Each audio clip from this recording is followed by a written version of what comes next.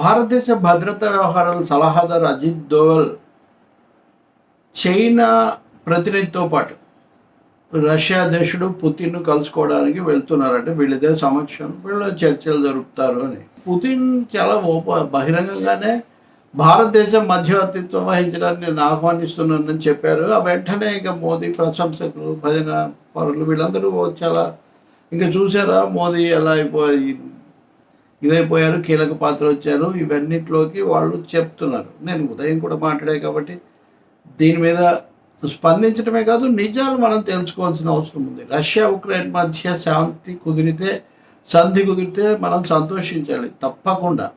కానీ మోదీకి కానీ భారతదేశానికి కానీ ఆ పరిస్థితి ఉందా? రెండవది, ఇందులో రష్యా ఉక్రెయిన్ల స్పందన ఎలా ఉంది? మూడవది, అమెరికా కూటమి నాటో స్పందన ఎలా ఉంది? నాలుగవది, భారతదేశం చైనాల పాత్ర ఎలా ఉంది? ఈ విషయాలన్నీ తెలుసుకోకుండా మనం వివరంగా చూడకుండా మోదీ అనే దాంతోనే చాలా ఎక్కువగా ఇదైపోతే ఉపయోగమేం లేదు. దీని మీద ఇప్పటికే మనం మాట్లాడుకున్నాం కాబట్టి కొత్తగా జరిగింది మనం చూస్తే అజిత్ దోవల్ వెళ్తున్నారు. చైనా కూడా పాల్గొంటుంది అని ఇక్కడ ముఖ్యమైనది. బ్రిక్స్ దేశాలు ఉన్నాయి. బ్రిక్స్ దేశాలలో చైనా కూడా ఉంది. Russia, China, Brazil, India, south Africa ఇవి దాంట్లో ఉన్నటువంటి దేశాలు, సెకండ్ లెవెల్ కంట్రీస్. చైనా పెద్దది కాబట్టి చైనాకు పాత్ర కల్పిస్తూ భారతదేశాన్ని పిలవటం ఇంకా స్పష్టంగా కనిపిస్తుంది కదా. ఒకటి మోదీకే అప్పగించలేదు పుతిన్. ఇంకొకటి, దీన్ని పశ్చిమ దేశాలు ఎలా చూస్తున్నాయి, అలాగే ఉక్రెయిన్లో మోదీ పర్యటించినప్పుడు వచ్చిన స్పందన ఎలా ఉంది, తర్వాత వచ్చింది ఎలా ఉంది, ఈ ప్రశ్నలన్నీ కూడా మన ముందు ఉన్నాయి. ఏమాత్రం కూడా ఇప్పుడు ఉదాహరణకు అజిత్ దోవల్ వెళ్తున్న ఈ పర్యటన తీసుకుంటే చైనా కూడా సిద్ధంగా ఉంది కాబట్టి, బ్రిక్స్ దేశాలు చొరవ తీసుకుంటున్నాయి కాబట్టి భారతదేశం పాత్ర పెరిగిందని మనం కనుక అనేటైతే, మొదటిది చైనాకు భారతదేశానికి మధ్యలో సంబంధాలు ఏంటి, వాటిని మన వాళ్ళు ఎలా చూస్తారు? చైనాను అదుపు చేయడం కోసం అమెరికా ఏర్పాటు చేసిన క్వాడ్లో భారతదేశం భాగస్వామ్య దేశంగా ఎలా ఉంది? నిన్న మోదీ సింగపూర్కి వెళ్ళినప్పుడు కూడా ఈ విషయం చర్చకు వచ్చిందని మనం వింటాం. బట్ అన్నింటినీ పక్కన పెట్టి నిన్న NATO secretary general gems Stoltenberg అని ఆయన మాట్లాడుతూ చైనా అసలు యుద్ధానికి ఆజ్యం పోస్తుంది అని నిన్న ఆరోపించాడు ఆయన, నాటో సెక్రటరీ జనరల్. అలాగే చైనా ఈ అక్రమ యుద్ధానికి చైనా ప్రోద్బలం ఇస్తుందని కూడా ఆరోపించాడు నిన్న. అంటే నాటో నిన్న ఇలా ఆరోపిస్తూ ఉంటే ఆ చైనాతో కలిసి భారతదేశం వెళ్ళి రష్యాను ఏదో చేసి అది శాంతికి దారి తీస్తుందని ఆశించడానికి ఏమైనా ఆస్కారం ఉందో? ఆశాభావం వేరే విషయం, కానీ ఆధారం ఏంటని. ఇంకోటి, మోదీ దీని మీద హిందుస్థాన్ టైమ్స్, వేరే వాళ్ళు ఎందుకు, హిందుస్థాన్ టైమ్స్ మోదీ భజన రాయుళ్ళు చాలా ఎక్కువగా the sycophant media and the pro US commentators దీన్ని కావాలని గొప్పగా చెప్తున్నారు. వాళ్ళు ఎంత చెప్తున్నా కానీ వాళ్ళు చెప్పినట్టుగా కాకుండా Ukraine president Zelensky in his remark press conference after Modi visit made some blunt remarks. Modi America వెళ్ళొచ్చాక కూడా జెలెన్స్కీ చాలా తీవ్రమైన వ్యాఖ్యలు చేశారు. ఏం చేశారు జెలెన్స్కీ అంటే? ఉక్రెయిన్ అధ్యక్షుడు మీకు తెలుసు కదా, అతను ఏమన్నాడు? He expressed his unhappiness about India buying Russian oil and helping to finance its arms industry. He also dismissed any role for India in hosting a peace summit. He also dismissed any role for India in hosting a peace summit that is between Russia and Ukraine. He stated, Zelensky, that he cannot be able to conduct a peace summit in a country who has not joined the communique of peace summit అని స్విట్జర్లాండ్లో జరిగిన సభ గురించి చెప్పాడు. దీని మీద నేను నిన్న కూడా ఒక వీడియో చేశాను. ఏమన్నా తెలుసా జెలెన్స్కీ? ఇంకా ఫైనల్గా he wanted India on his side and not a balancing between US and Russia.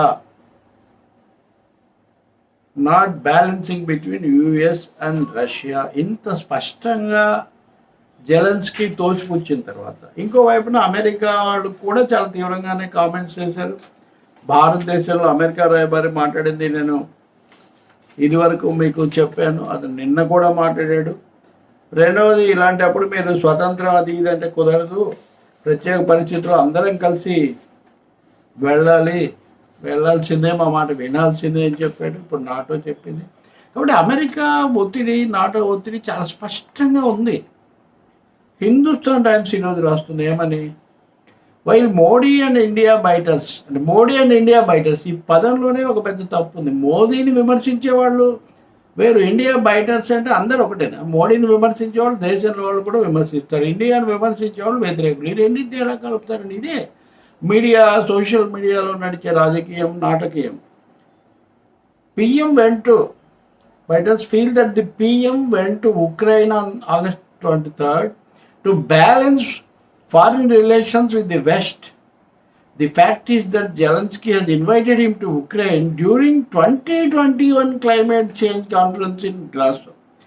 అంటే బ్యాలెన్స్ చేయడానికి వెళ్ళాడు, అమెరికాను సంతృప్తి పరచడానికి అని మోడీ, ఇండియా వ్యతిరేకులు అంటున్నారు.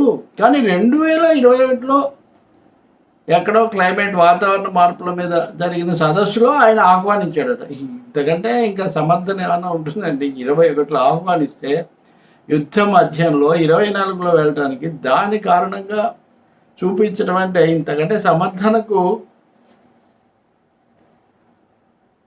ఎలా ఇంకేముంటుంది? సో ఏమన్నాడంటే ఒక ఆయన, India and world want Ukraine war to end, and in that context PM Modi is talking to all parties, అంటే అన్ని పక్షాలు. He has no desire to be a mediator between Russia and Ukraine.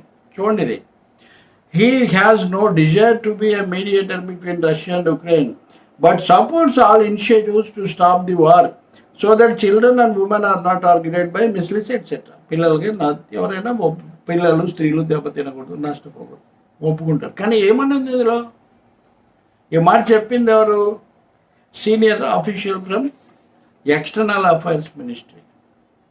ఆయన he has no desire to be a mediator between Russia and Ukraine. అదేమో జాతీయ international మీడియాకు, national మీడియాకు చెప్తున్నారు. పాపులర్గా media, social మీడియాలో కామెంటేటర్స్తోనేమో అబ్బో అయిపోయింది, మోదీ చేసేస్తున్నాడు అని చెప్తున్నారు. So the telephonic conversation with US President Joe Biden and Russian President Putin after PM's visit to Ukraine should be seen in the context of war resolution and not as a balancing act. అంటే ఇద్దరితో మాట్లాడాడు. America వైఖరి, NATO వైఖరి ఇంత స్పష్టంగా కనిపిస్తుంటే, ఇంకొకటి everybody knows, Bharat China సంబంధాలు అంటే కొంచెం హెచ్చుతగ్గులు సంబంధాలు ఉంటాయి, ఎన్ని వైరుధ్యాలున్నా సంబంధాలు కొనసాగుతున్నాయి. కానీ అమెరికా, చైనా పరస్పరం పూర్తి విరుద్ధంగా వ్యవహరించట్లేదు. అలాంటి చైనా ఇనిషియేటివ్ తీసుకొని రష్యా, చైనా కలిసి వ్యవహరించకూడదు అనేది అమెరికాకున్న అతిపెద్ద వ్యూహం. అటువంటిది వాళ్ళిద్దరు కలిసి ఏదో చేస్తామంటే దానికి ఎలా?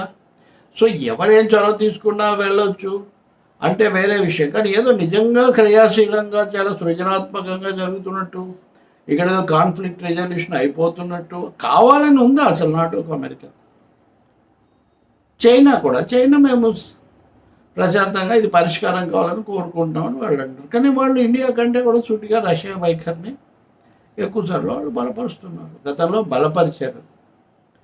సో వాళ్ళిద్దరు కలుస్తారన్నదే అమెరికాకు అతి పెద్ద గుర్రుగా ఉంది. సో ఈ వైరుధ్యాలు ఇన్ని ఉంటే మన మీద కేవలం ఇప్పుడు హిందుస్థాన్ టైమ్స్ రాసినట్టుగా ఈ వాస్తవాలు చెప్పిన వాళ్ళందరూ మోడీ బైటర్స్, ఇండియా బైటర్స్ అంటాం చాలా పొరపాటు.